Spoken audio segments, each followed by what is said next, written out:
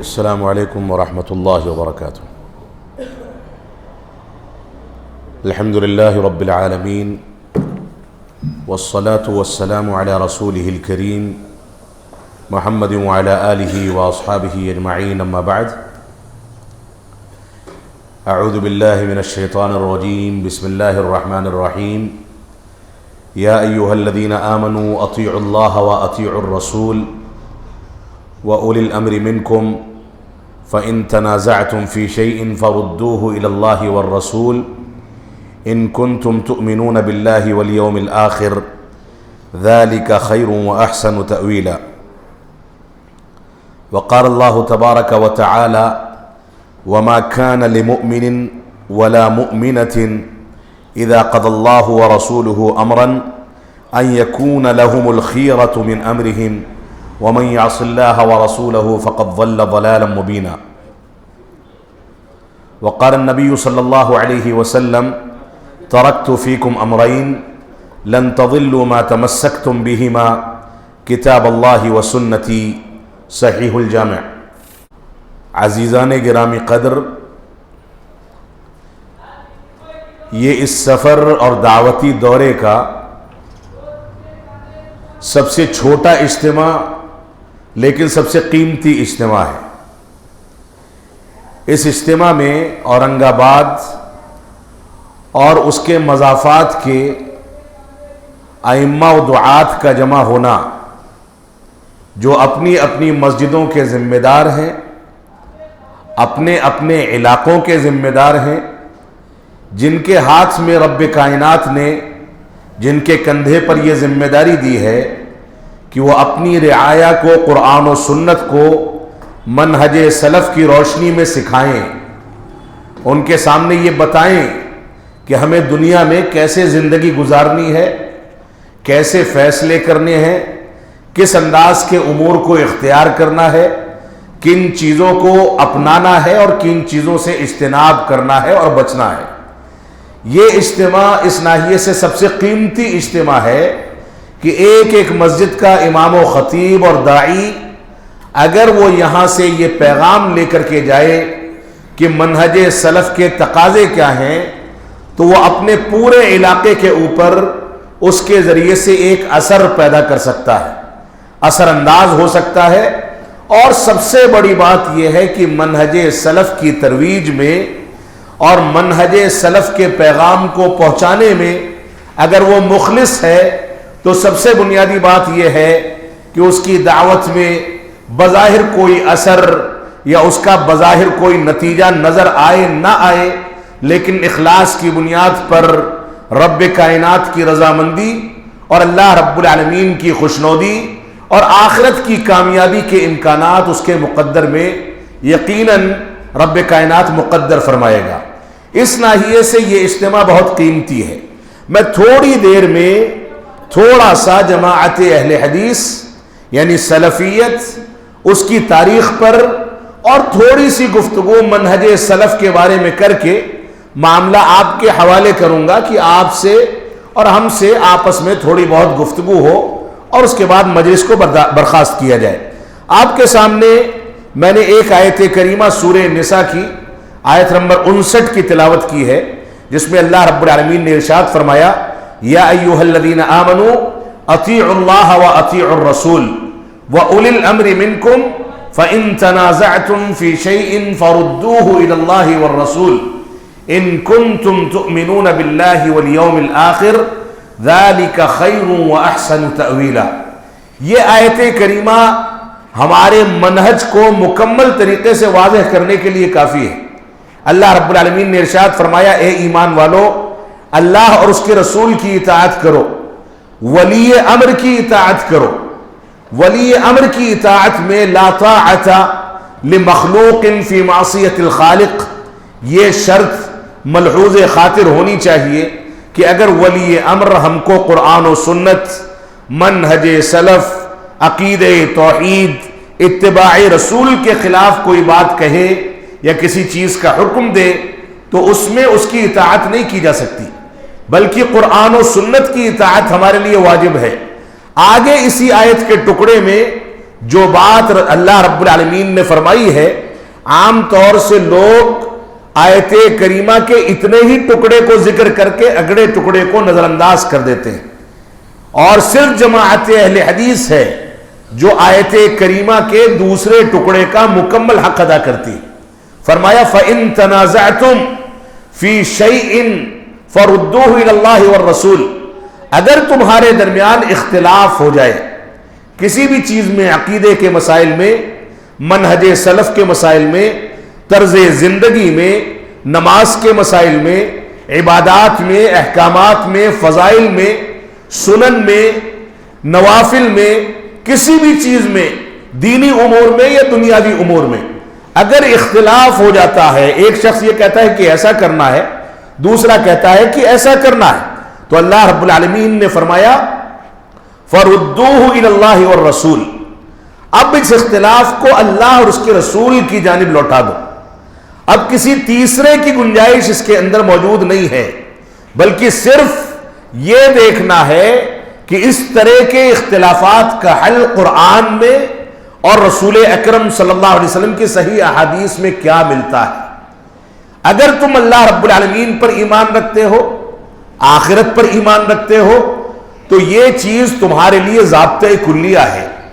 ایمان نہیں رکھتے تو کچھ بھی ضابطہ بنا لو، کسی کی بھی مان لو، کسی بھی امام کی تقلید کر لو، اختلافات و انتشار کے موقع سے جس کے فیصلے کو چاہو تسلیم کر لو، قرآن و سنت کی رعایت کرو نہ کرو۔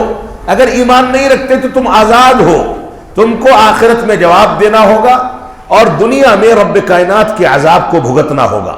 لہذا یہ ضابطے کلیہ جس پر اللہ رب العالمین کے فضل و کرم سے سلفی منہج اہل حدیث جماعت سب سے زیادہ پائیداری کے ساتھ اور سب سے زیادہ امانتداری کے ساتھ عمل کرتی ہے، وہ یہ آیت کریمہ ہے کہ اللہ اور اس کے رسول کی بھی اطاعت، ولی امر کی بھی وفاداری، اور اختلاف کی صورت میں اللہ اور اس کے رسول کے دلائل میں اپنے اختلاف کا حل تلاش کرنا، یہ ہمارا دستور حیات ہے، ضابطۂ کلیہ ہے، یہی ہمارا منہج ہے، یہی قرآن و سنت کا تقاضا ہے، اور یہی مکمل اسلام کی مکمل عکاسی ہے۔ لہذا آپ کی یہ ذمہ داری ہے کہ اس منہج کو سامنے رکھ کر کے اپنی زندگی کو مرتب کریں۔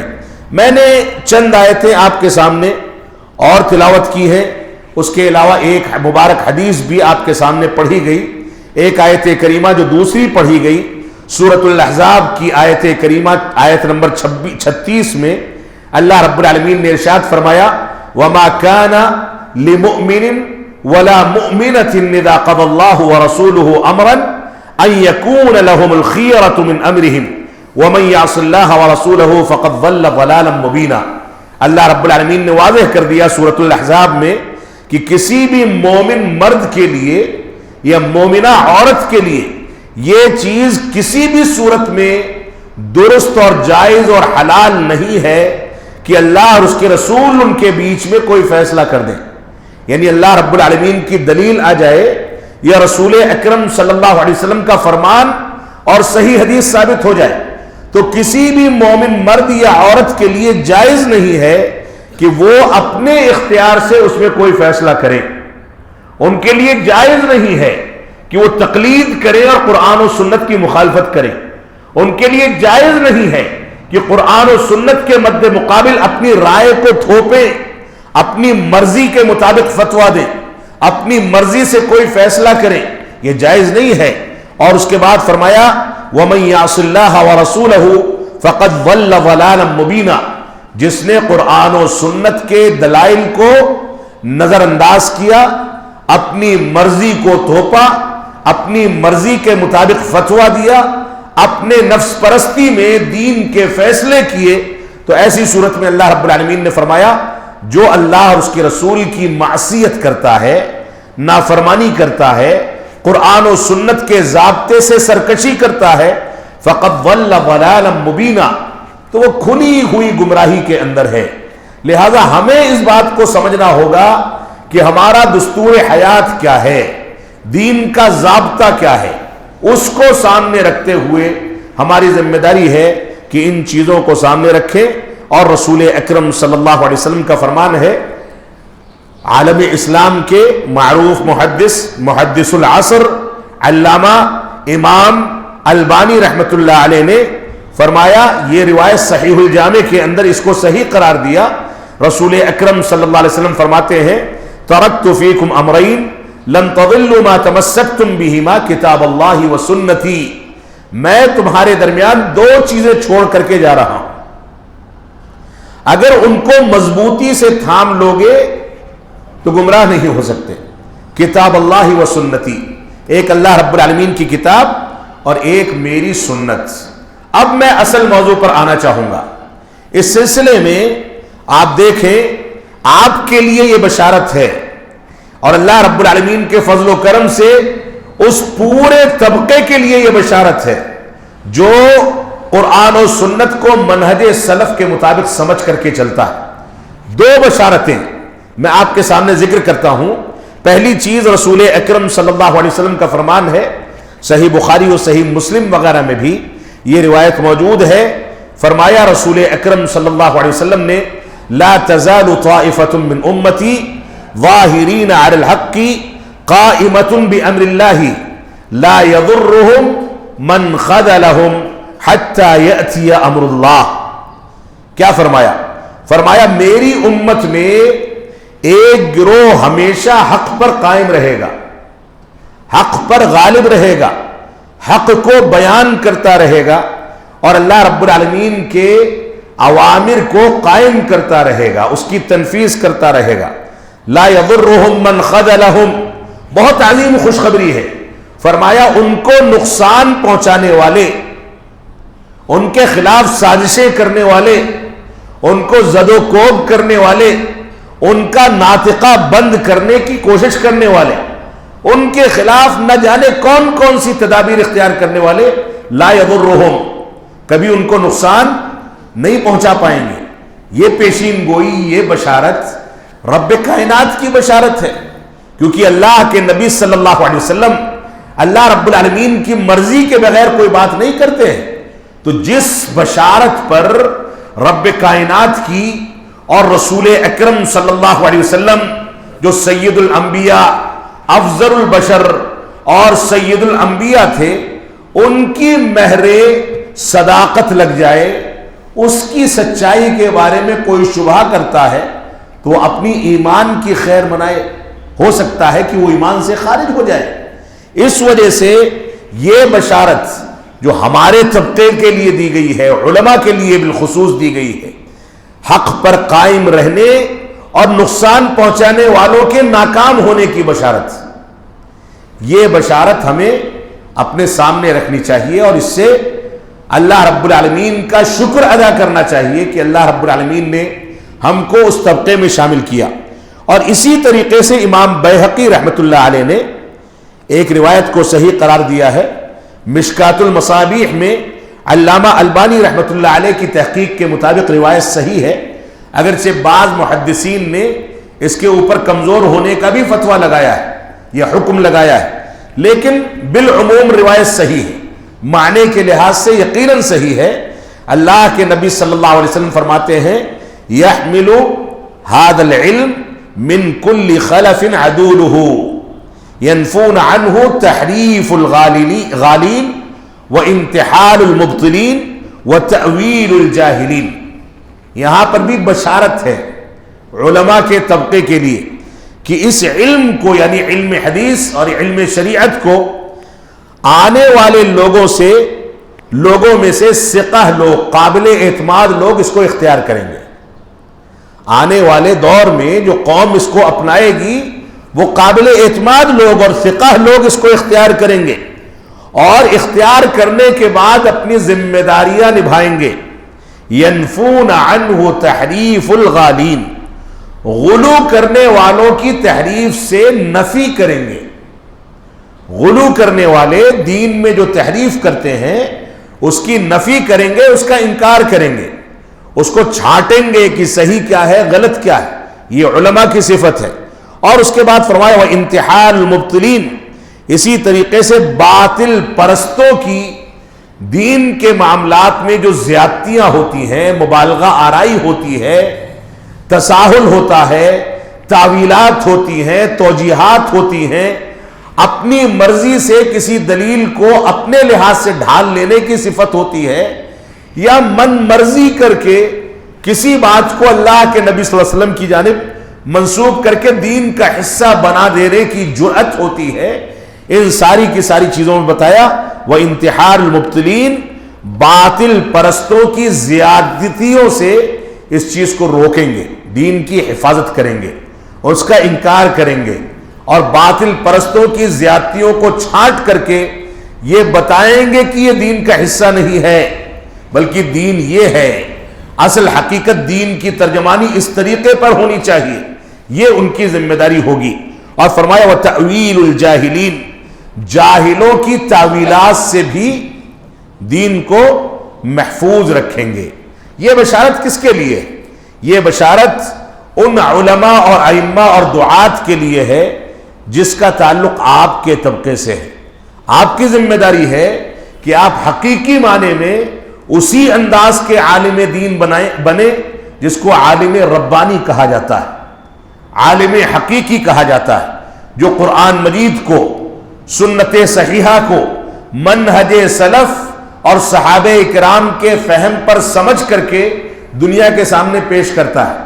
یہ تین بنیادی چیزیں ہیں، اور آج کے دور میں جماعت اہل حدیث میں اس طرح کے فتنے موجود ہیں کہ کچھ لوگ ایسے ہیں جو قرآن کی آیتوں کا نمبر تو ذکر کر دیں گے، سورت کا نمبر تو ذکر کر دیں گے، حدیث رسول کا باب اور نمبر تو ذکر کر دیں گے، لیکن ان کو نہیں پتا ہے کہ منہج سلف میں اس سلسلے میں کون سی شروحات اور کون سی تفاسیر موجود ہیں۔ یہ ظاہریہ ہیں۔ یہ کون ہیں؟ یہ ظاہری لوگ ہیں۔ یہ ایسے لوگ ہیں جو قرآن و حدیث کے ذریعے سے، اس کے نمبرات کے ذریعے سے لوگوں کو دھوکے میں ڈال کر کے منہج سلف سے دوری اختیار کرتے ہیں۔ قرآن کو آپ مانیں، یہ آپ کے ایمان کا حصہ ہے، حدیث صحیحہ کو آپ مانیں، یہ آپ کے ایمان کا حصہ ہے، لیکن کوئی شخص یہ کہے کہ میں قرآن اور حدیث کو مانتا ہوں، وہ سلفی نہیں ہو سکتا۔ قرآن و حدیث کو منہج سلف اور صحابہ کرام کے شعور و فہم پر ماننے والا سلفی ہے۔ اس بات کو سمجھ لیں، ورنہ آج کے دور میں بلکہ ہمیشہ سے خارجی لوگ، رافضہ، مرجیہ، مشبہہ اور اسی طریقے سے معطلہ اور جتنے بھی اہل کلام اور باطل فرقے گزرے ہیں، سب کے سب قرآن و حدیث کا حوالہ دے کر کے بات کرتے تھے۔ کسی کے یہاں یہ دلیل نہیں تھی کہ قرآن اور حدیث کے علاوہ کسی بات کی دلیل دے۔ گمراہ سے گمراہ فرقہ اگر اس کی کتاب آپ اٹھا کر کے دیکھ لیں تو اس میں قرآن کے حوالے، حدیث کے حوالے مل جائیں گے۔ ان کی تقریروں کو سن لیں تو قرآن و سنت کے حوالے مل جائیں گے، لیکن قرآن و سنت کو فہم صحابہ پر سمجھ کر کے پیش کرنا، ان چیزوں سے وہ لوگ عاری ہیں۔ تو اس روایت میں بھی ہمارے لیے بشارت موجود ہے۔ ہماری ذمہ داری ہے کہ ہم اس بات کو سمجھیں۔ جرح و تعدیل یہ آپ کا ایک بنیادی منصب اور بنیادی ذمہ داری ہے۔ کون صحیح کام کر رہا ہے، کون معتدل اسلام کو پیش کر رہا ہے، کون قرآن و سنت کی منہج صحابہ کے مطابق صحیح پیروی کر رہا ہے، آپ اس کی تعدیل کریں، اس کی توثیق کریں۔ لیکن جو شخص منہج صحابہ سے، منہج سلف سے ذرہ برابر ہٹا ہوا ہے تو وہ جتنا ہٹا ہوا ہے اتنی جرح اس کے اوپر کی جائے گی۔ تھوڑا ہٹا ہے تھوڑی جرح کیجئے، زیادہ ہٹا ہے زیادہ جرح کیجئے، اور یہ دین اسی تعدیل و جرح پر، جرح و تعدیل پر ٹکا ہوا ہے۔ رسول اکرم صلی اللہ علیہ وسلم کے عہد مبارک سے لے کر کے آج تک جرح و تعدیل علماء دین کا بنیادی فن ہے۔ صحابہ کرام نے اس کو ہمیشہ اختیار کیا اور ہمیشہ اس بات کو پرکھ کر کے لوگوں کے سامنے بیان کرتے رہے کہ کیا صحیح ہے اور کیا غلط ہے۔ آپس میں ایک دوسرے کو نہیں چھوڑا. کوئی صحابی رسول بھی اگر غلط کرتا تھا تو دوسرے صحابہ اکرام نے یک زبان ہو کر کے اس کی جرح کر دی. فرمایا کہ نہیں، یہ دین نہیں ہے، بلکہ دین وہی ہے جو رسول اکرم صلی اللہ علیہ وسلم سے ثابت ہے. آپ دیکھیں حج تمتع اور حج قران کے بارے میں ابن عمر رضی اللہ تعالیٰ عنہما کے آگے جب کسی نے سوال کیا کہ حج قران افضل ہے کہ حج تمتع افضل ہے، انہوں نے فرمایا کہ حج تمتع افضل ہے، کیونکہ اللہ کے نبی صلی اللہ علیہ وسلم نے حج تمتع کا ارادہ فرمایا تھا، اس کو افضل قرار دیا تھا. تو اس سائل نے کہا کہ آپ کے والد عمر بن خطاب اور ان سے پہلے اسلام کے پہلے خلیفہ ابو بکر صدیق رضی اللہ تعالیٰ عنہما یہ تو حج قران کو افضل کہتے تھے. انہوں نے دوبارہ کہا کہ حج تمتع افضل ہے. اس نے پھر سے وہی بات دہرائی، انہوں نے پھر سے کہا کہ حج تمتع افضل ہے، اور آخرکار ناراض ہو گئے. کہا کہ اقول قال رسول اللہ صلی اللہ علیہ وسلم، میں کہتا ہوں کہ اللہ کے نبی صلی اللہ علیہ وسلم کا فرمان ہے، وَتَقُولُونَ قَالَ أَبُو بَكْرُ وَعُمَرُ، اور تم لوگ کہتے ہو کہ ابو بکر و عمر نے ایسا کہا. ان تک حج تمتع کی افضلیت کی روایت نہیں پہنچی ہوگی، لیکن جب ہمارے سامنے رسول اکرم صلی اللہ علیہ وسلم کا اسوہ موجود ہے تو وہی ہمارے لیے حرف آخر ہے اور وہی ہمارے لیے آخری فیصلہ ہے. اور بعض روایات میں ملتا ہے کہ انہوں نے فرمایا کہ عن قریب آسمان سے پتھروں کی بارش ہوگی. میں کہتا ہوں کہ اللہ کے نبی صلی اللہ علیہ وسلم کا فرمان ہے اور تم لوگ کہتے ہو کہ ابو بکر و عمر ایسا کہتے ہیں. ایسا نہ ہو کہ اس وتیرے کو اختیار کرنے کے نتیجے میں اللہ رب العالمین ناراض ہو جائے اور آسمان سے پتھروں کی بارش برسا دے.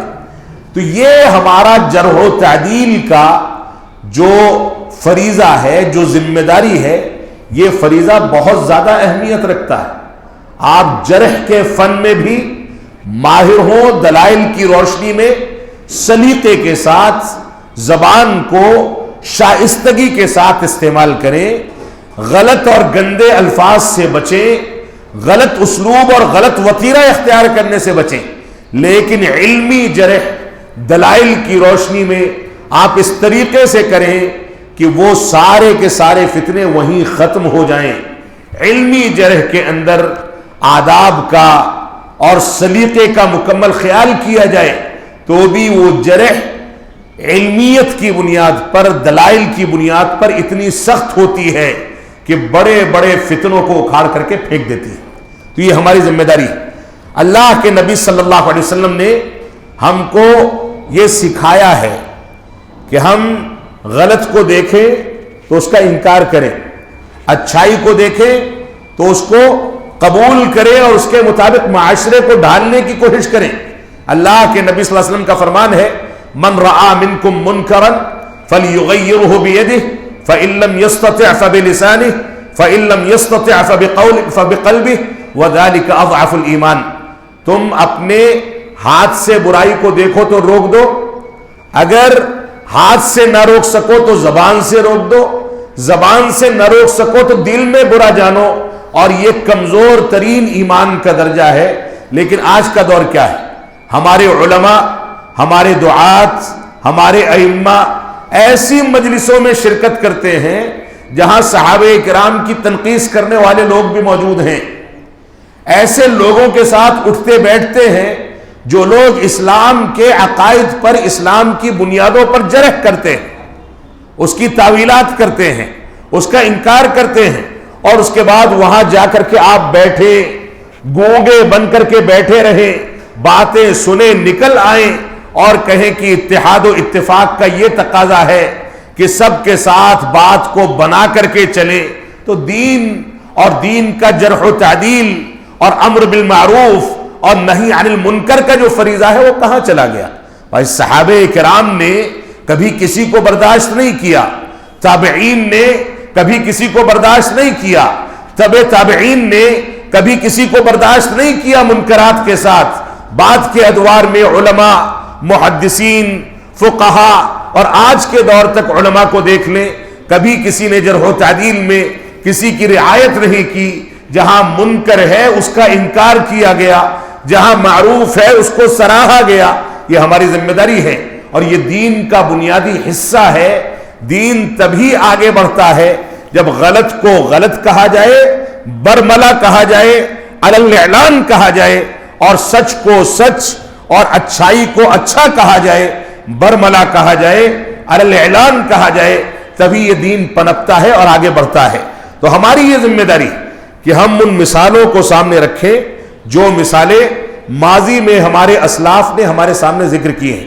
دیکھیں آپ، علی ابن المدینی جو کہ امام بخاری رحمۃ اللہ علیہ کے استاد تھے، علی ابن المدینی رحمۃ اللہ علیہ نے اپنے باپ کو ضعیف کہا، اپنے باپ کو ضعیف کہا، اس کی روایتوں کو چھوڑ دیا، اپنے باپ سے روایتوں کو نقل نہیں کرتے۔ ابو داؤد رحمۃ اللہ علیہ نے اپنے بیٹے کو کذاب کہا، اس سے روایتوں کو لینا صحیح نہیں سمجھا۔ جریر بن عبد المجید نے اپنے بھائی کو مجروح کہا، اور بہت سارے علماء کی اس طرح کی مثالیں موجود ہیں۔ ہماری یہ ذمہ داری ہے کہ ہم قرآن و سنت کو اسی طرز پر لے کر کے چلیں جس طرز پر ہمارے اسلاف اور صحابہ کرام اس کو لے کر کے چلتے تھے۔ اللہ رب العالمین ہم کو اس بات کی توفیق عطا فرمائے۔ اب آئیے آپ دیکھیں کہ آپ کے ماضی کی تاریخ کتنی وسیع تاریخ ہے، کتنی عظیم اور سنہرے الفاظ میں لکھے جانے والی تاریخ ہے، کتنا چمکتا ہوا ستارہ اور روشن سورج اگر سامنے رکھ دیا جائے تو آپ کی تاریخ اس سے کہیں زیادہ روشن ہے۔ آپ دیکھیں رسول اکرم صلی اللہ علیہ وسلم کے عہد مبارک سے جماعت اہل حدیث یہ سلفیت کی جو تاریخ شروع ہوتی ہے، قرآن و سنت اور منہج سلف کو لے کر کے چلنے کی تاریخ، اللہ کے نبی صلی اللہ علیہ وسلم سے جو کہہ دیا اس کو لے لیا جائے، جس چیز سے روک دیا اس سے رک جایا جائے، جن چیزوں سے دور رہنے کا حکم دیا ان چیزوں سے دور رہا جائے، جیسے کوئی کام کرنے کو کہا، کسی عبادت کو کرنے کا حکم دیا، من وعن ویسے ہی اس عبادت کو انجام دیا جائے۔ اس کی سب سے زیادہ ترجمانی سلفیت اور جماعت اہل حدیث کرتی ہے۔ ان کے یہاں اللہ کے نبی صلی اللہ علیہ وسلم کی دلیل قرآن مجید کا فرمان منہج صحابہ کے فہم کے مطابق اس کو پیش کیا جاتا ہے۔ اگر وہ بات قرآن و سنت کے روشنی میں، دلائل کے روشنی میں سمجھ میں آ گئی تو اس کو اپنایا جائے گا، ورنہ اس کو نظر انداز کر دیا جائے گا۔ اور کوئی بھی کسی بھی تاریخ میں رسول اکرم صلی اللہ علیہ وسلم کے عہد مبارک سے لے کر کے آج تک کی تاریخ میں کوئی یہ ثابت نہیں کر سکتا ہے کہ جماعت اہل حدیث نے کوئی اپنی فقہ کی کتاب مرتب کی ہو جس فقہ کی کتاب کے اندر یہ کہا گیا ہو کہ ہمارا امام ایسا کہتا ہے یا ہمارے مفتی نے یہ فتویٰ دیا ہے۔ کتابیں اور فتویٰ کے مجموعے جمع کیے گئے، لیکن ان کتابوں میں بشری تقاضے سے کسی عالم سے کوئی غلطی ہو گئی ہو تو ممکن ہے، ورنہ کتابوں میں 99% بلکہ 100% قرآن و سنت اور منہج صحابہ کی روشنی میں فتوے دیے جاتے ہیں، وہی فتویٰ نقل کیا جاتا ہے، وہی فقہ پیش کی جاتی ہے۔ اور فقہ الحدیث یہ جماعت اہل حدیث کا ترے امتیاز ہے کہ حدیث کو کون سے فہم پر سمجھا جائے۔ یہ کسی دوسری جماعت کے یہاں نہیں۔ کسی جماعت نے در مختار لکھ لی، کسی نے کوئی کتاب مرتب کر لی، کسی نے فضائل پر کوئی کتاب مرتب کر دی، کسی نے من گھڑت واقعات کو جمع کر دیا، قرآن مجید کے دروس سے روک کر کے ان کتابوں کے دروس کا اہتمام کرنے لگے۔ لیکن اللہ کا فضل ہے کہ سارے انتشار، سارے اختلافات، ساری ٹولیوں اور ساری الگ الگ جمعیتیں بنانے کے باوجود جماعت اہل حدیث اپنے منہج پر قائم ہے۔ وہ وہاں کام کرتا ہے، اس کا چہرہ نہیں دیکھنا چاہتا، لیکن اس کے باوجود بات تو قرآن و حدیث اور فہم صحابہ ہی کی کرتا ہے۔ اس کے باوجود وہ یہ نہیں کہتا کہ فلاں ٹولی جو میری مخالفت کرتی ہے وہ قرآن کی فلاں دلیل دیتی ہے لہذا میں وہ دلیل نہیں دے سکتا. یہ تعصب اللہ رب العالمین کے فضل و کرم سے اب تک جماعت کے اندر بالعموم موجود نہیں ہے. یہ اللہ رب العالمین کا کرم ہے، اس کا فضل ہے. تو ہماری تاریخ جو ہے بڑی سنہری تاریخ ہے. اللہ کے نبی صلی اللہ علیہ وسلم کے دور سے لے کر کے آپ صحابہ کرام کا دور دیکھیں. صحابہ کرام کے دور میں صحابہ کرام نے جو فیصلے کیے، ان کا جو مقام قرآن و سنت کے اندر وارد ہوا، ان کے جو کارنامے تاریخ اسلام میں ثابت ہیں، ان کارناموں، اس مقام، اس عظمت کی قدردانی کرنے والے اللہ رب العالمین کے فضل و کرم سے جماعت اہل حدیث کے افراد صفِ اول کے شہسوار ہیں. ان سے آگے کوئی نظر نہیں آ سکتا ہے. کتنا بھی ایک اہل حدیث گیا گزرا ہو جائے، وہ کسی صحابی رسول کے بارے میں کوئی تنقید کر دے، یا تنقید کا تصور بھی اس کے ذہن و دماغ میں آ جائے، ایسا ممکن نہیں ہے. اور اگر وہ ایسا کرتا ہے یا اس نے ایسا کیا ہے تو گویا وہ جماعت اہل حدیث کی ڈگر سے ہٹ چکا ہے. ہم اس کو ان مسائل میں اہل حدیث نہیں مانتے، اور بہت ممکن ہے کہ وہ اس عقیدے پر قائم ہونے کی وجہ سے دھیرے دھیرے جماعت کے مکمل ڈگر سے باہر نکل کر کے جماعت سے خارج ہو جائے یا ایمان سے خارج ہو جائے. تو تابعین کا دور ہو، صحابہ کرام کا دور ہو، ان سارے کے سارے ادوار میں ہماری تاریخ اور ہماری تاریخ کے صفِ اول کے شہسوار جو لوگ گزرے ہیں وہ سارے کے سارے وہی منہج پیش کرتے رہے ہیں جو منہج آج رب کائنات کے فضل و کرم سے ہمارے ممبروں سے، ہمارے محرابوں سے، ہماری مسجدوں سے، ہمارے مدرسوں سے، ہماری کتابوں کے ذریعے، ہمارے دروس و محاضرات کے ذریعے اور ہماری دعوتی سرگرمیوں کے ذریعے پیش کیے جاتے ہیں. تو آپ اپنی تاریخ کے بارے میں اس بات کو سامنے رکھیں کہ بڑی بلند تاریخ کے آپ لوگ متحمل ہیں جو تاریخ آپ کے اسلاف کی رہی ہے. تو تابعین میں آپ سید التابعین کو دیکھیں، سعید بن المسیب، انہوں نے کوڑوں کی سزا پائی لیکن اپنے منہج پر اور دین پر استقامت کے ساتھ قائم رہے. خلیفہ منصور نے جب عباس نے کوڑوں کی سزا طلاق ثلاثہ کے مسئلے میں امام مالک رحمت اللہ علیہ کو سنائی، جن کی وفات 179 ہجری میں ہوتی ہے، تو وہ اس پر اس کے خلاف کھڑے رہے اور قائم رہے. یہ بھی ہماری تاریخ کا حصہ ہے. ہماری تاریخ کی ایک حقیقت یہ ہے کہ امام احمد بن حنبل رحمت اللہ علیہ کو فتنہ خلق قرآن میں جس انداز سے ستایا گیا، جو کوڑے مارے گئے، ان کے شاگردوں کے بیان کے مطابق وہ کوڑے اگر ہاتھیوں کو مارے جاتے تو ہاتھی بلبلا جاتا، بے ہوش ہو جاتا. لیکن امام اہل سنت والجماعت امام احمد بن حنبل رحمت اللہ علیہ نے ان ساری کی ساری تکلیفوں کو برداشت کیا اور صرف ایک عقیدے کو تحفظ فراہم کرنے کے لیے پوری استقامت اور پوری قوت اور پوری شجاعت کے ساتھ قائم رہے. اور اللہ رب العالمین کا فضل و کرم ہے، آج وہ عقیدہ محفوظ ہے جو جماعت اہل حدیث کا بنیادی عقیدہ ہے. فتنہ خلق قرآن سے متعلق پورے کے پورے مسائل آپ کے سامنے ہونے چاہیے. اور انہوں نے اس موقع سے کیا کہا؟ 3 صدی کے اوائل کا واقعہ ہے، 241 ہجری میں ان کی وفات ہوئی.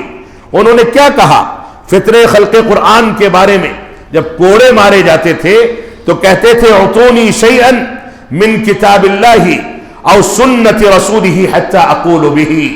فرماتے تھے کہ مجھ کو اللہ کی کتاب سے کوئی چیز لا کر کے دو یا میرے نبی کی سنت سے کوئی چیز لا کر کے دو تاکہ میں اس کے مطابق گفتگو کر سکوں، اس کے مطابق بول سکوں. یہ استقامت تھی جو ہماری تاریخ کا حصہ ہے. آپ 8ویں صدی کے اوائل میں شیخ الاسلام علامہ ابن تیمیہ رحمت اللہ علیہ، جن کی وفات 728 ہجری میں ہوئی، ان کی تاریخ کو دیکھ لیں. ان کے تلامذہ شام اور مصر سے ہندوستان آئے، شاہ محمد تغلق پر اثر انداز ہوئے.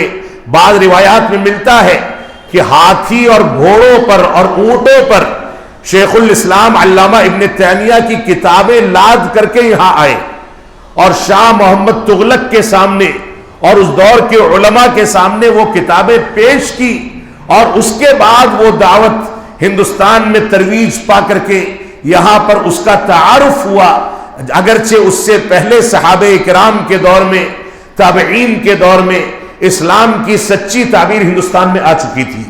تو یہ پوری کی پوری تاریخ ہے جو ہماری تاریخ کا حصہ ہے۔ آنے والے لوگوں میں جو ہندوستان آئے، عبدالعزیز اردبیلی اور اسی طریقے سے شیخ علیم الدین، علامہ شمس الدین ابن الحریری، یہ سارے کے سارے لوگ یہاں آئے جو کہ شیخ الاسلام کے تلامذہ میں سے تھے۔ محمد تغلق کے بعد فیروز شاہ تغلق، اور اس کے بعد ان لوگوں نے جو حکومت سنبھالی اس میں ایک لمبی مدت تک شیخ الاسلام علامہ ابن تیمیہ کے ذریعے آنے والی دعوت اور صحابہ کرام کے ذریعے آنے والی قرآن و سنت کی تعلیمات کا مکمل اثر موجود تھا، جو ہندوستان کی سرزمین پر آج تک باقی ہے۔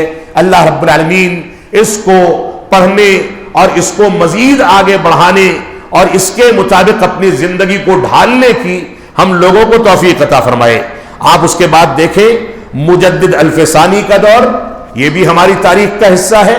شاہ ولی اللہ کا دور، مسلکی اختلاف جزوی مسائل میں ان لوگوں سے کیا جا سکتا ہے، لیکن حقیقت یہ ہے کہ وسیع مطالعہ، قرآن و سنت کے مطالعے، منہج سلف کے فہم کی بنیاد پر بعض ایسے علماء بھی گزرے ہیں جو عملاً امام ابو حنیفہ رحمۃ اللہ علیہ کی جانب منسوب تھے، لیکن ان کا عمل قرآن و حدیث اور منہج صحابہ کے مطابق تھا، یا کم از کم عقائد میں وہ منہج سلف پر قائم تھے۔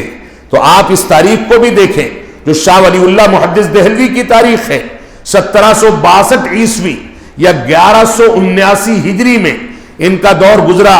قرآن مجید کا ترجمہ جب انہوں نے سب سے پہلے کیا تو ان کے اوپر کفر کا فتویٰ لگایا گیا کہ قرآن مجید کا ترجمہ کرنا کفر ہے، لیکن انہوں نے وہ قربانی پیش کی اور اس کے بعد قرآن مجید کے تراجم ہونے لگے اور لوگوں نے اس کے ذریعے قرآن مجید کے پیغام کو اپنے ذہن و دماغ میں بیٹھایا۔ اس کے بعد آپ دیکھیں شیخ محمد بن عبد الوہاب رحمۃ اللہ علیہ کی تحریک 1206 ہجری اور 1792 عیسوی۔ اس کے بعد کے دور میں آئے سید اسماعیل، جن کو ہم لوگ شہید بھی کہتے ہیں، اگرچہ شہید نہیں کہنا چاہیے، ان کا دور گزرا ہے۔ میاں نذیر حسین محدث دہلوی رحمۃ اللہ علیہ، جن کے ہاتھ پر میرے والد گرامی علامہ عبدالحمید رحمانی رحمۃ اللہ علیہ کے بیان کے مطابق تقریباً 22 لاکھ افراد ساری دنیا سے آئے اور اہل حدیث ہوئے۔ نظیریہ جو چھوٹی سی مسجد تھی جو پرانی دہلی کے ریلوے اسٹیشن پر پلیٹ فارم کے مقام پر قائم تھی، جب انگریزوں نے اسٹیشن کو بڑھانا چاہا تو وہ مسجد وہاں سے منتقل کر دی گئی، اور جہاں منتقل کی گئی آج تک وہاں قائم ہے۔ چھوٹی سی مسجد سے میاں صاحب دعوت و تبلیغ کا، علم حدیث کی ترویج کا، منہج و مسلک کی ترویج کا جو کام کرتے تھے، ساری دنیا سے ان کے شاگردوں نے آ کر کے ان کے ہاتھ پر قرآن و سنت پر چلنے کی بیعت کی اور جماعت اہل حدیث کے طرز زندگی کو اختیار کیا۔ 22 لاکھ افراد نے، ان کے شاگردوں کے شاگرد نے، آپ دیکھیں سعودی عرب میں عبداللہ قرعاوی رحمۃ اللہ علیہ، جو کہ شیخ میاں نذیر حسین محدث دہلوی کے شاگرد، وہ یہاں آئے احمد اللہ پرتاپ گڑھی کے پاس، علم حدیث حاصل کیا اور یہاں سے گئے تو سعودی عرب کے اندر 2200 مدارس قائم کیے، جن میں سے اکثر مدارس لڑکیوں کی تعلیم کے اہتمام کے لیے تھے، اور ان مدارس کے آثار آج بھی موجود ہیں۔ میاں نذیر حسین محدث دہلوی رحمۃ اللہ علیہ کے شاگردوں نے مصر میں، افریقہ میں، یورپی ممالک میں، عرب ممالک میں انصار السنت المحمدیہ کے نام سے سلفیت کی داغ بیل ڈالی اور باقاعدہ تنظیمی ڈھانچہ بنا کر کے وہاں پر دعوت و تبلیغ کا کام کیا، جو آج بھی پوری تگ و دو کے ساتھ وہاں پر یہ خدمات انجام دے رہے ہیں۔ تو یہ ہماری تاریخ کا چھوٹا چھوٹا حصہ ہے جو ہمارے سامنے ہونا چاہیے. تو نواب صدیق حسن خان کو اس کے بعد دیکھ لیں. 1880 1307 ہجری 1880 عیسوی.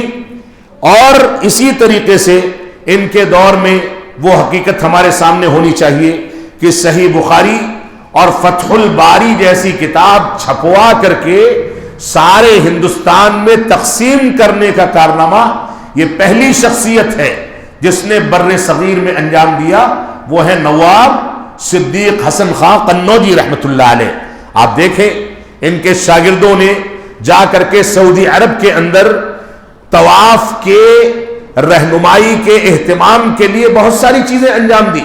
آج بھی آپ جا کر کے طواف کریں گے، جو مطوفین آپ کے لیے متعین کیے جاتے ہیں، آپ اگر ان میں سے کسی جانکار کو بزرگ کو پکڑ لیں اور اس سے پوچھیں کہ اپنی تاریخ بتاؤ، تو ان میں سے بہت سارے ایسے ملیں گے جو اصلاً ہندوستانی ہیں، اور وہ بتائیں گے کہ نواب صدیق حسن خان رحمت اللہ علیہ کی وفات کے بعد جب انگریزوں نے ان لوگوں کی زندگی کے دائرے کو تنگ کیا تو نواب صاحب کی بیگم نے یہ کہا کہ تم لوگ مکہ مکرمہ چلے جاؤ اور ہندوستانی معتمرین اور حجاج کے طواف کے لیے وہاں پر تربیتی کام کرو. اور ان لوگوں نے وہاں پر وہ کام کیا. نواب صدیق حسن خان رحمت اللہ علیہ کے شاگردوں نے مکہ مکرمہ میں دارالحدیث کا قیام کیا، جو دارالحدیث آج تک قائم ہے اور قرآن و سنت کی خدمت کو انجام دے رہا ہے. تو شیخ الاسلام اور نواب صدیق حسن خان رحمت اللہ علیہ کی تاریخ ایک مستقل تاریخ ہے. اس کے بعد آپ آئیں شیخ الاسلام علامہ ثناء اللہ امرتسری رحمت اللہ علیہ کی تاریخ، جن کے بارے میں بعض مؤرخین نے لکھا ہے کہ ہندوستان اور بر صغیر میں جب بھی مسلمان کوئی نیک کام کرے گا یا برائی سے اپنے آپ کو بچائے گا تو اس کار خیر کا ایک حصہ شیخ الاسلام کو ضرور پہنچے گا، کیونکہ شیخ الاسلام علامہ ثناء اللہ امرتسری رحمت اللہ علیہ نے وہ کارنامے انجام دیے، سارے مذاہب سے، سارے مکاتب فکر سے مناظرات کیے، حق کو حق ثابت کیا، باطل کو باطل ثابت کیا. تو یہ ہماری تاریخ کا ایک حصہ ہے، ہمیں اس کو بھی سمجھنا چاہیے. آپ آگے آ کر کے دیکھیں قادیانیت کی کمر توڑنے والے یہی شیخ الاسلام امرتسری رحمت اللہ علیہ تھے. اور ان کے دوسرے کارنامے دیکھیں، سعودی عرب میں شاہ عبدالعزیز رحمت اللہ علیہ نے ان کو اپنا مشیر خاص بنایا. وہاں توحید کے قیام کے لیے، منہج کو اختیار کرنے کے لیے، مختلف فیصلے کرنے کے لیے ان سے رائے مشورہ کیا جاتا تھا.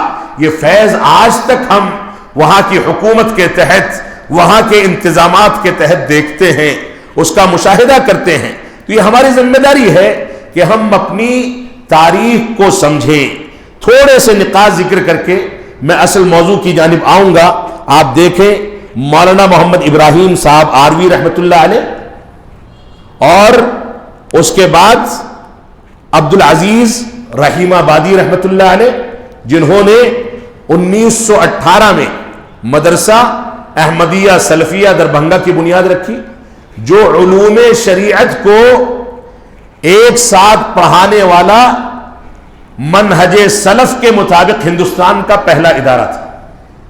اس سے پہلے ادارے چھوٹی موٹی شکل میں بنتے رہے، ٹوٹتے رہے، لیکن مستقل طور سے وہ ادارہ قائم کیا گیا جو آج تک اپنی خدمات انجام دے رہا ہے.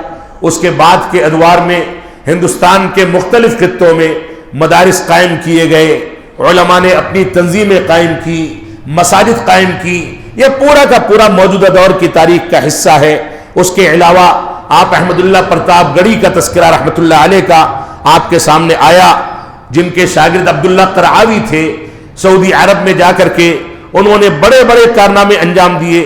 قاضی سلیمان منصور پوری رحمت اللہ علیہ، محمد حسین بٹالوی، عبدالعزیز رحیم آبادی، عبدالسلام مبارک پوری، ابو القاسم سیف بنارسی، عبد الرحمن مبارک پوری، محمد اسماعیل سلفی، عبد الرزاق حمزہ، عبد الرحمن یحییٰ معلمی یمنی، علامہ شام محمد بہجت البیطار، احمد شاکر رحمت اللہ علیہ، ابن باز، ابن عثیمین، ابن باز، ابن عثیمین اور علامہ البانی، اور یہ پورا کا پورا سلسلہ علماء صادق پور کا سلسلہ، بنارس کے علماء کا سلسلہ، جنوبی ہندوستان، مہاراشٹر اور جنوبی ہندوستان میں چلے جائیں یہاں کے علماء کا سلسلہ، دہلی کی تاریخ، یہ ساری کی ساری تاریخ ہمارے سامنے ہونی چاہیے۔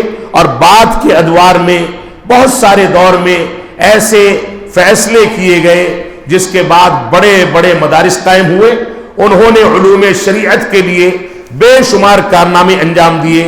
آپ دیکھیں احمد اللہ دہلوی، احمد ابن سیف الرحمن دہلوی رحمت اللہ علیہ، جو دہلی کے رہنے والے تھے، جب انہوں نے یہ دیکھا کہ عرب سے بڑی تعداد میں طلبہ کے پورے ورد دہلی آ کر کے علم حدیث حاصل کرتے ہیں، دارالحدیث میں، دارالحدیث رحمانیہ میں، علماء کی مجلس میں میاں نذیر حسین محدث دہلوی کے دور سے یا اس کے پہلے سے لوگ آ کر کے علم حدیث حاصل کرتے تھے، تو احمد ابن سیف الرحمن دہلوی رحمت اللہ علیہ نے، جو آزادی کے پہلے تک دہلی میں موجود تھا، جن کا خاندان آزادی کے وقت یہ سارے کے سارے لوگ پاکستان ہجرت کر گئے، اور انہی کا سیف الرحمن صاحب کا پوتا احمد دہلوی، جو اپنے دادا کے نام پر موسوم ہیں، وہ آج بھی دارالحدیث مدنیہ مدینہ منورہ کے مدیر ہیں۔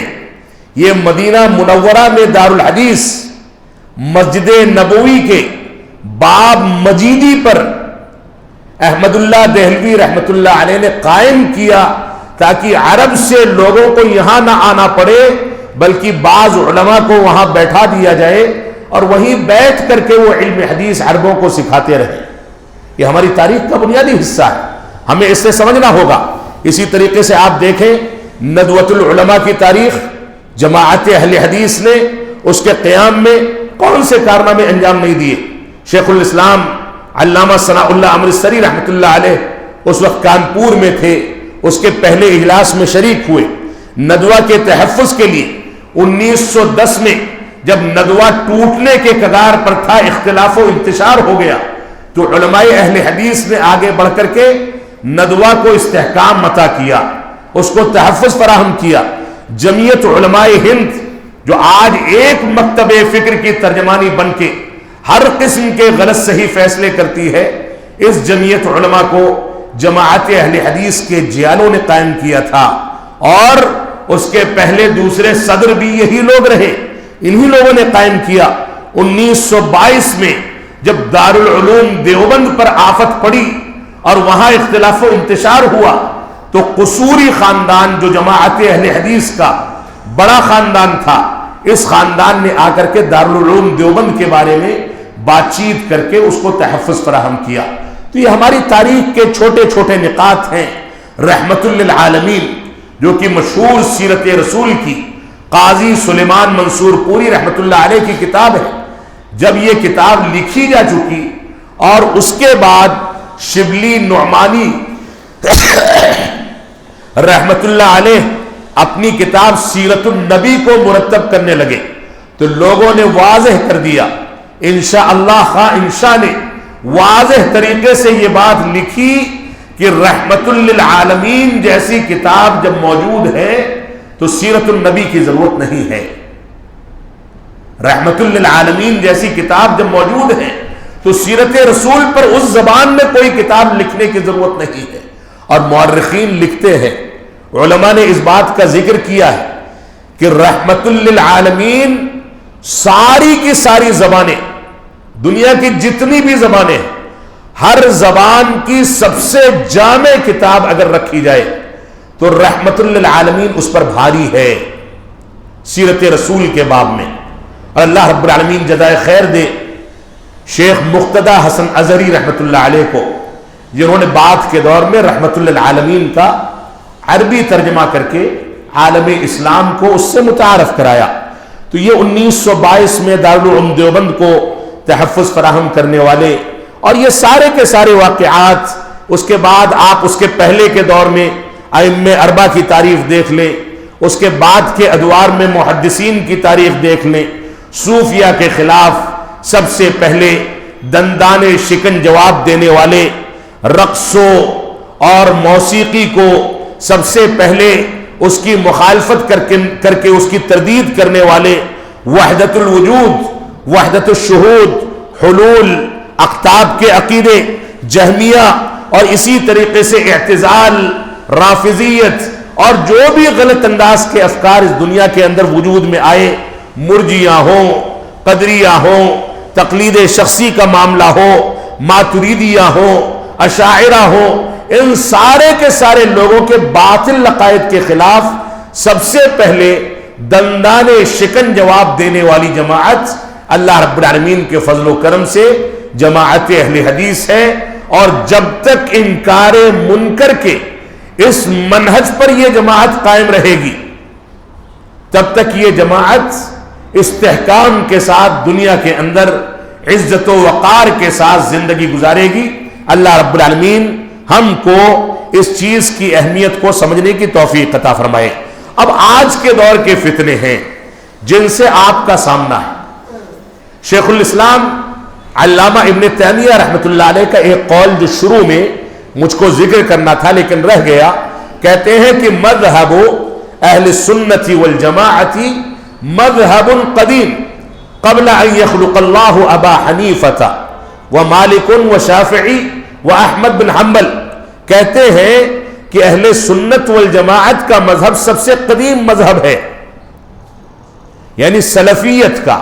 کیونکہ شیخ الاسلام علامہ ابن تیمیہ رحمۃ اللہ علیہ کی کتابیں جب آپ پڑھیں گے تو اہل سنت والجماعت میں وہ سلفیت ہی کو شمار کرتے ہیں،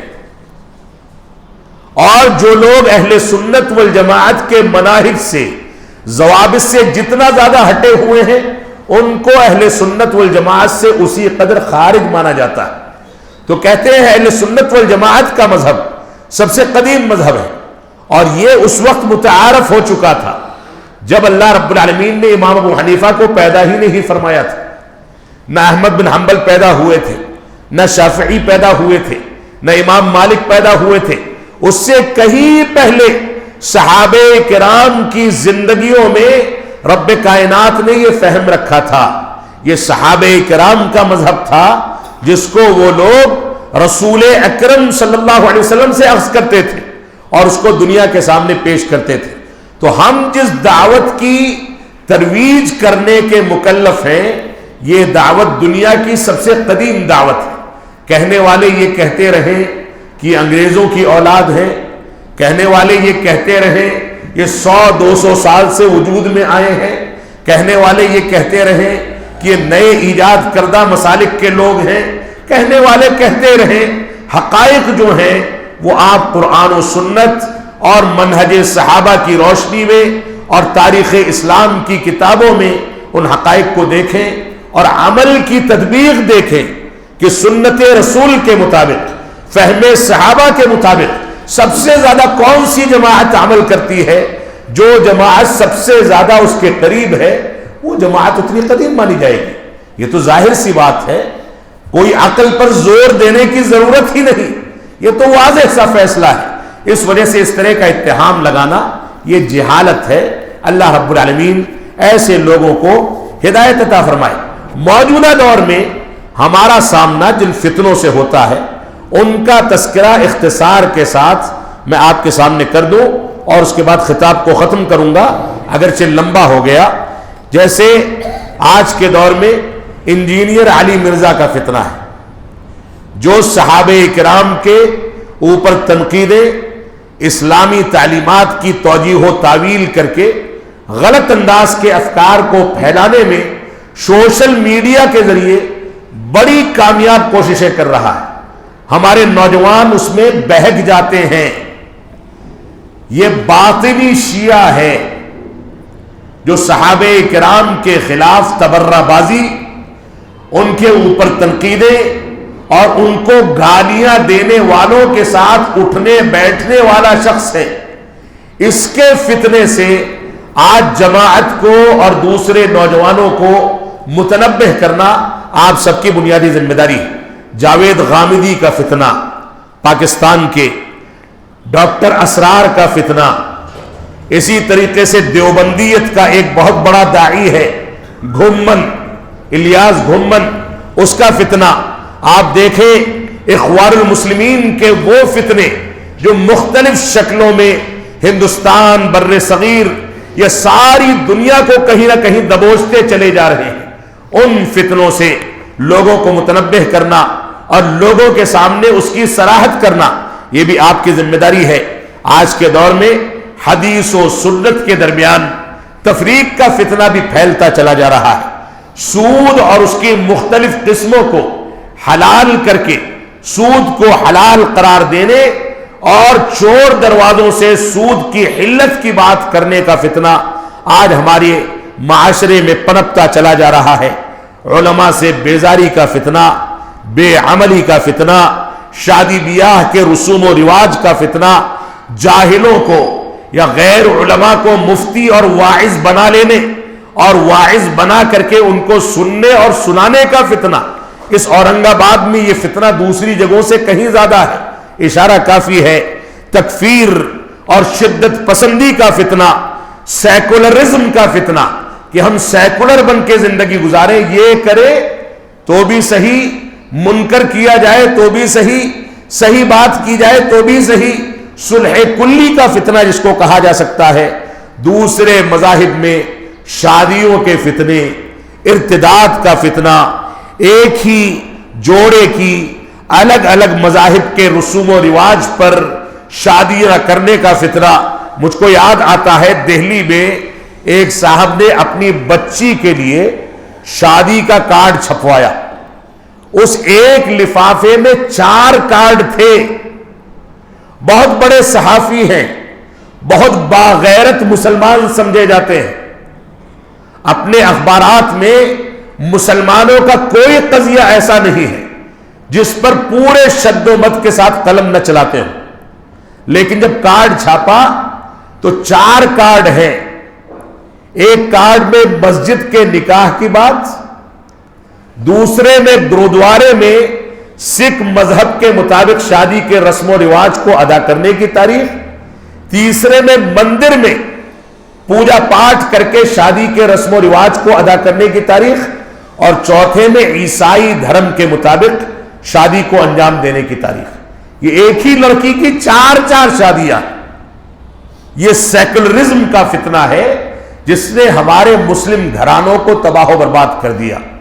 ہم اپنے بچوں کی شادیاں بڑی خوشی کے ساتھ غیر مسلم لڑکیوں سے کرتے ہیں، وہ اسلام قبول نہیں کر رہی پھر بھی کر لیتے ہیں، اپنی لڑکیوں کو غیر مسلم لڑکوں کے حوالے کر دیتے ہیں، وہ اسلام قبول کرے نہ کرے۔ یہ سارے کے سارے فتنے آج کے دور میں جہاں مال کی کثرت ہے بڑھتے چلے جا رہے ہیں۔ ہماری ذمہ داری یہ ہے کہ ہم ان فتنوں سے اپنے آپ کو محفوظ رکھیں۔ اللہ رب العالمین ہم کو ان باتوں کی توفیق عطا فرمائے۔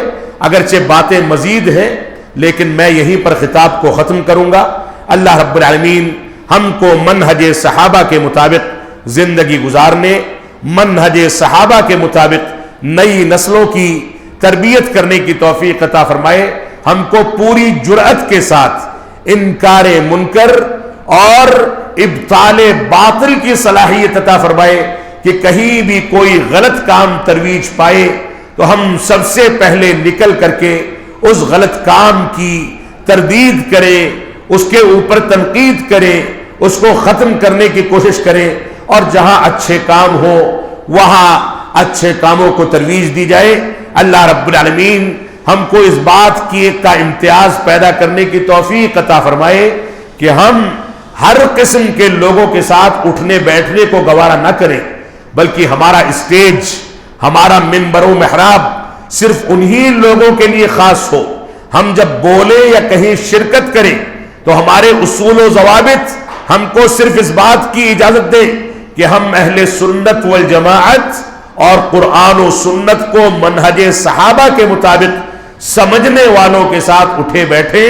کہیں کوئی مصلحت اور تقاضا ہو کہ کسی دوسری مجلس میں جہاں دوسرے انداز کے لوگ موجود ہیں، کبھی کسی وجہ سے انسان کو دنیاوی مجالس کی حیثیت سے جانا پڑے تو ایسی صورت میں ہم اس ذمہ داری کو نبھائیں کہ وہاں بھی 2 باتیں جو کریں وہ منہج کی ترویج کی کریں، قرآن و سنت کی تنفیذ کی کریں، وہاں بھی لوگوں کو منہج سلف کا پیغام دے کر کے آئیں، اور اگر وہاں کوئی منکر وجود میں آتا ہے تو اس کی مکمل تردید کر کے اس کا انکار کریں۔ ہم جب تک جیے تب تک اسلام پر جیے، جب ہمارا خاتمہ ہو تو ایمان پر ہو۔